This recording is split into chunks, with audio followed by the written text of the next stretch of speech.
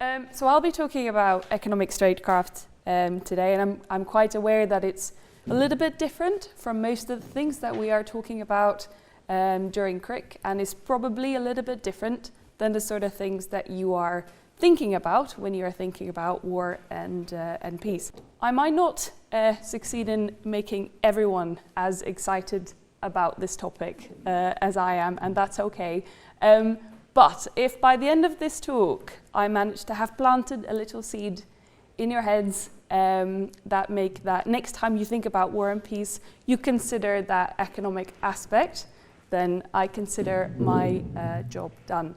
And if when you are thinking about that, you think, actually, I don't know what I'm supposed to be doing with this, then I'm at the CCW and you can give me a call or send me an email and I'll be super excited to help.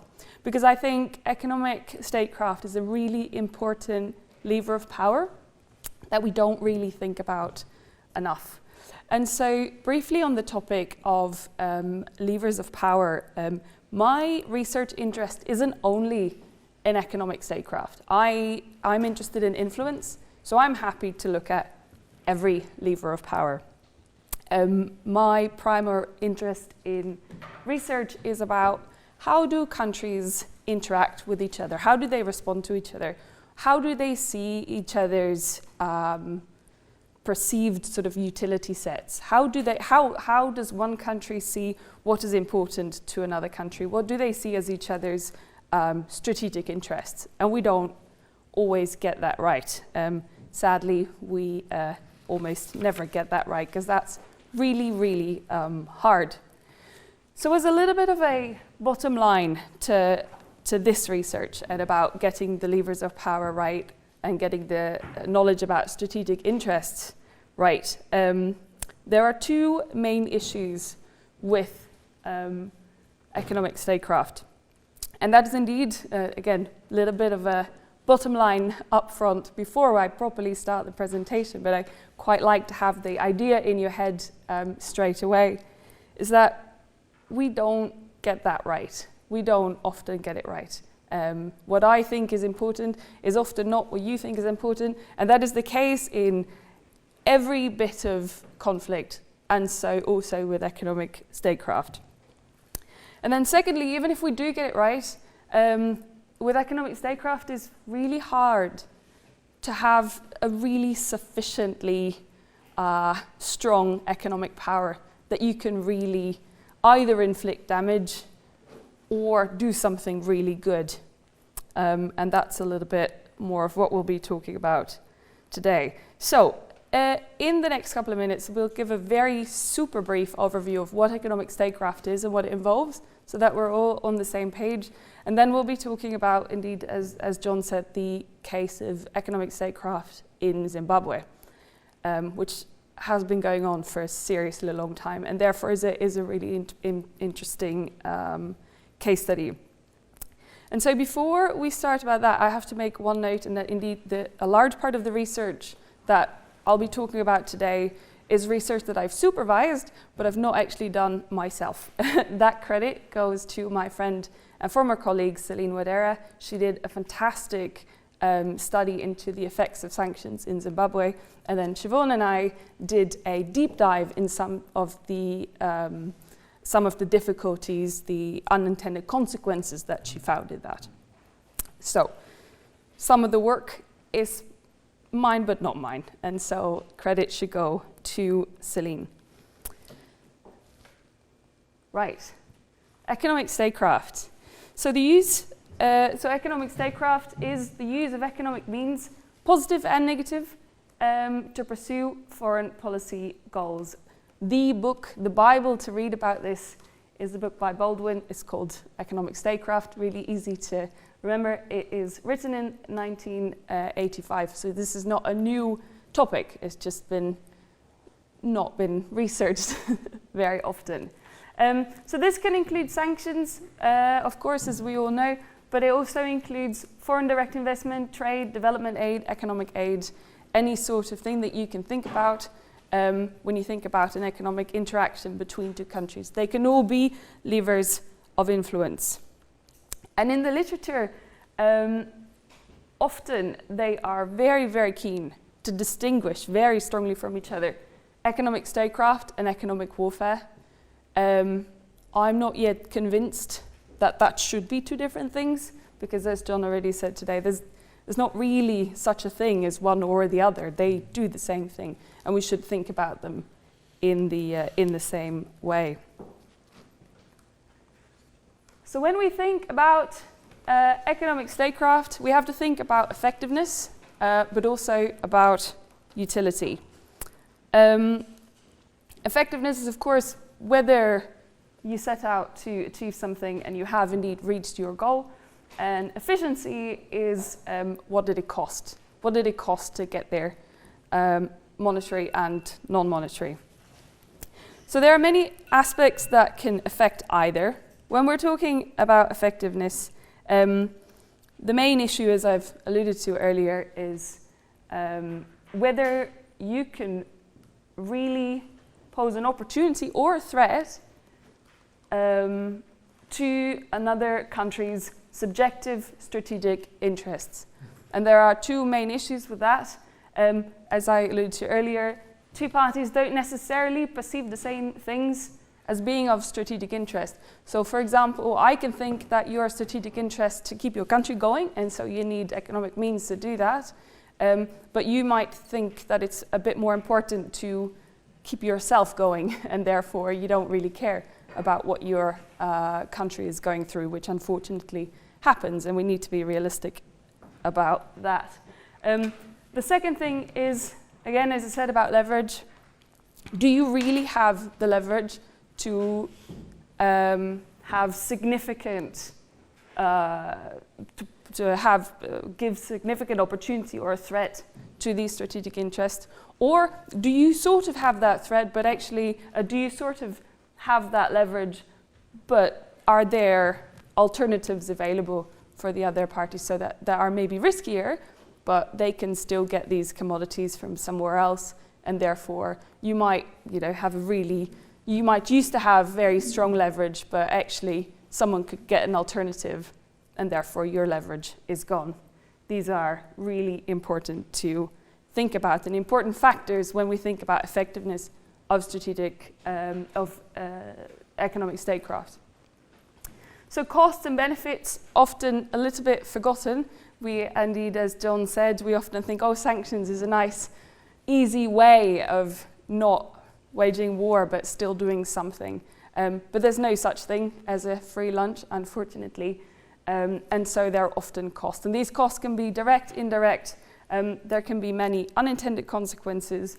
And there are also always ethics to consider. Because economic statecraft can be quite, if you do it really effectively, it can be quite indiscriminatory. And so you can hurt a lot of people. But the other side of that is it's really hard to hurt a lot of people. So that was the super fast economic statecraft 101. And so we'll go on to the Western economic statecraft in Zimbabwe. And this was the study that Celine did. So we're starting with a brief overview since the 1990s, when Western countries started to, it's a little bit small, sorry, suspend economic assistance and development aid. There started to be more and more friction between the West and Zimbabwe on the economic front, which was caused by all sorts of human rights abuses and concerns, including the fast-track land reform program, electoral and political violence, and serious misrepresentation of funds and corruption. In the early 2000s, the West started sanctioning. They sanctioned individuals and companies doing assets freezes, travel restrictions, visa restrictions, that sort of thing. But also, they put in place arms embargoes, suspension of transfer of military supplies, suspended development aid, increased suspended development aid, and their IMF voting rights were suspended. It became a lot harder for Zimbabwe to get credit in general to participate in the economic space. So a lot of these sanctions have been in place for a very long time, decades sometimes. And so we were interested to see, okay, but what has it done other than, unfortunately, not really improving the situation in Zimbabwe? There have been quite a few effects. So on this slide, this is research that is about 100 pages long, and we had to condemn it into one slide. So apologies if I brush over how we looked at that. But these are the brief conclusions. Effects of sanctions in Zimbabwe is that it's a contributor to poor economic performance, amongst other very important contributors, such as indeed very severe corruption. Zimbabwe being a very, very difficult country to work in, and therefore isn't a very attractive place to invest in, or hasn't been for a long time. Let's see if it is starting to improve. It has been an excuse for poor economic performance. So we saw when the sanctions started, the Zimbabwean government started to say, oh, but it's the sanctions. That's why we're not doing well. This is why our economy is not doing well. It's because of the Western sanctions, because that was easy, right? But we all know, unfortunately, Zimbabwe is a fantastic country, but there are other problems that are contributing to that economy not doing fantastically well. There's a deteriorated relationship between the West and Zimbabwe. That is no surprise. But what is very important is that Zimbabwe started with their Look East policy. And the Look East policy looked at getting investment from countries like China and Iran.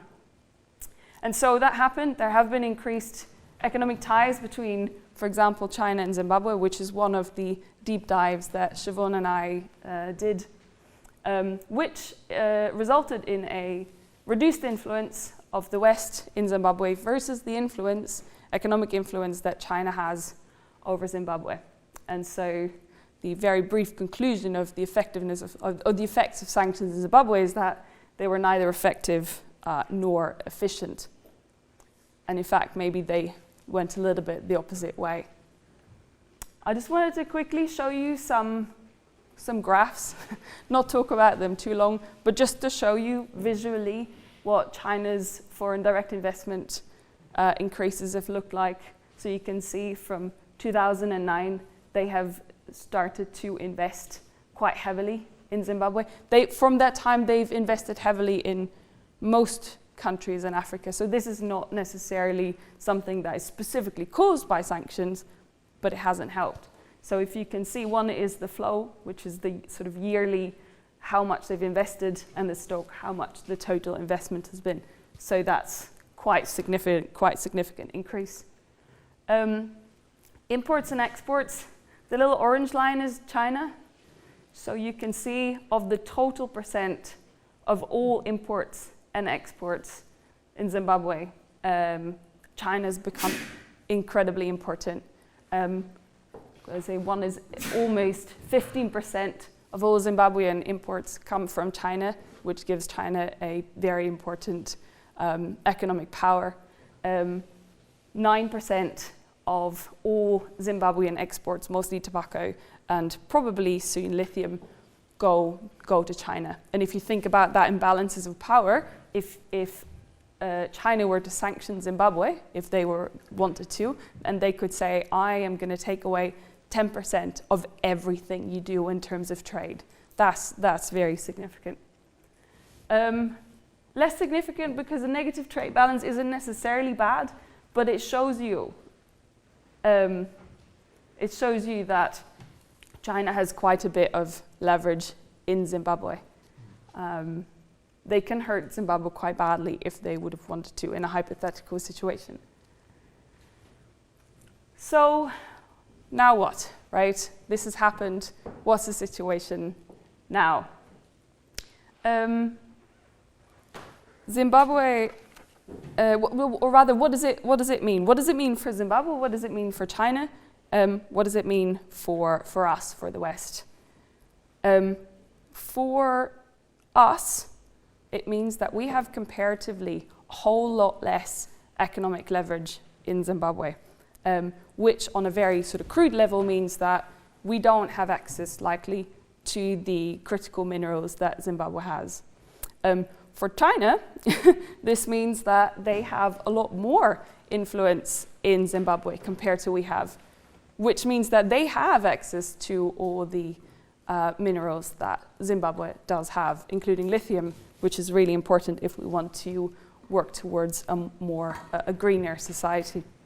But more importantly, for Zimbabwe, for the Zimbabwean people, it means that there is a very high probability of exploitation, right?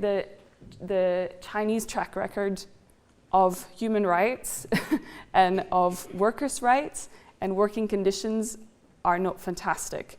And it's not always terrible, but it's not fantastic. And we see lots and lots of messaging coming out of Zimbabwe about workers not being treated very well. Corruption is likely to stay. Chinese companies used for a economic statecraft purpose, they tend to have to make money, and sometimes corruption is bad for that, and so they'll make sure that that is solved to some extent, but sometimes corruption is quite useful because it makes that you can make a lot more money. One of those cases in which we found that that is the case is in mineral extraction, which is happens to be where Zimbabwe is biggest, where China is biggest in Zimbabwe. So that's not offering great perspectives for Zimbabwe and their problem with corruption.